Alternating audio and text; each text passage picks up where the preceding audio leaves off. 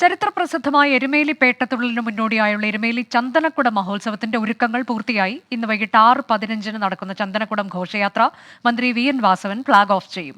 പൊതുസമ്മേളനം മന്ത്രി കെ രാധാകൃഷ്ണൻ ഉദ്ഘാടനം ചെയ്യും. ജമാഅത്ത് പ്രസിഡന്റ് പി എ ഇർഷാദ് അധ്യക്ഷത വഹിക്കും. എരുമേലിയിൽ നിന്ന് ടോബി ജോൺസൺ തത്സമയം. ടോബി, മതമൈത്രിയുടെ പ്രതീകം കൂടിയാണ് ചന്ദനക്കുട ഘോഷയാത്ര. ഒരുക്കങ്ങളൊക്കെ പൂർണ്ണമല്ലേ?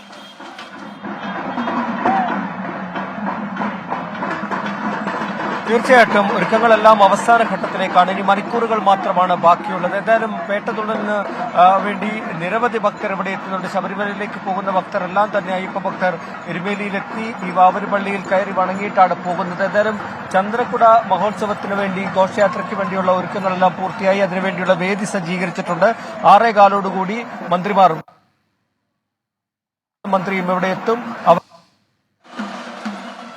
ഉദ്ഘാടനം ചെയ്യും. അതുപോലെ തന്നെ ചന്ദ്രക്കുട ഘോഷയാത്ര മന്ത്രി വി എൻ വാസവൻ ഫ്ളാഗ് ഓഫ് ചെയ്യും. അതിനുശേഷം ഈ ഘോഷയാത്ര എരുമേലിയുടെ വിവിധ മേഖലകളിലൂടെ സഞ്ചരിച്ച് സ്വീകരണങ്ങൾ ഏറ്റുവാങ്ങി രാത്രിയോടുകൂടി പുലർച്ചയോടുകൂടി ഏകദേശം 2 മണിയോടുകൂടിയാണ് മടങ്ങി വാവരപ്പള്ളിയിലെത്തുന്നത്. അതിനുശേഷം പതാക താഴ്ത്തും.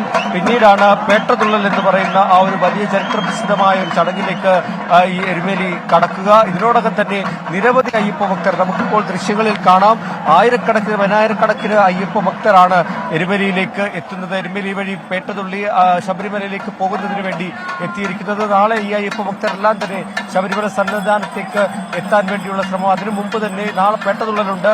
അപ്പോൾ അതിനും ആ ഒരു കണക്കിലാക്കിയാണ് ഇപ്പോൾ അയ്യപ്പ ഭക്തർ എത്തിക്കൊണ്ടിരിക്കുന്നത്. എന്തായാലും എരുമേലിയിൽ ചന്ദ്രക്കുടത്തിന് അതുപോലെ തന്നെ പേട്ടതുള്ളലിന് വേണ്ടിയുള്ള ഒരുക്കങ്ങളെല്ലാം തന്നെ പൂർത്തിയായി കഴിഞ്ഞു എന്ന് വേണമെങ്കിൽ നമുക്കിപ്പോൾ പറയാൻ സാധിക്കും. അനുജ, എരുമേലി ചന്ദനക്കുട ഘോഷയാത്രയ്ക്കുള്ള എല്ലാ ഒരുക്കങ്ങളും പൂർത്തിയായി. 6:15 ഘോഷയാത്ര.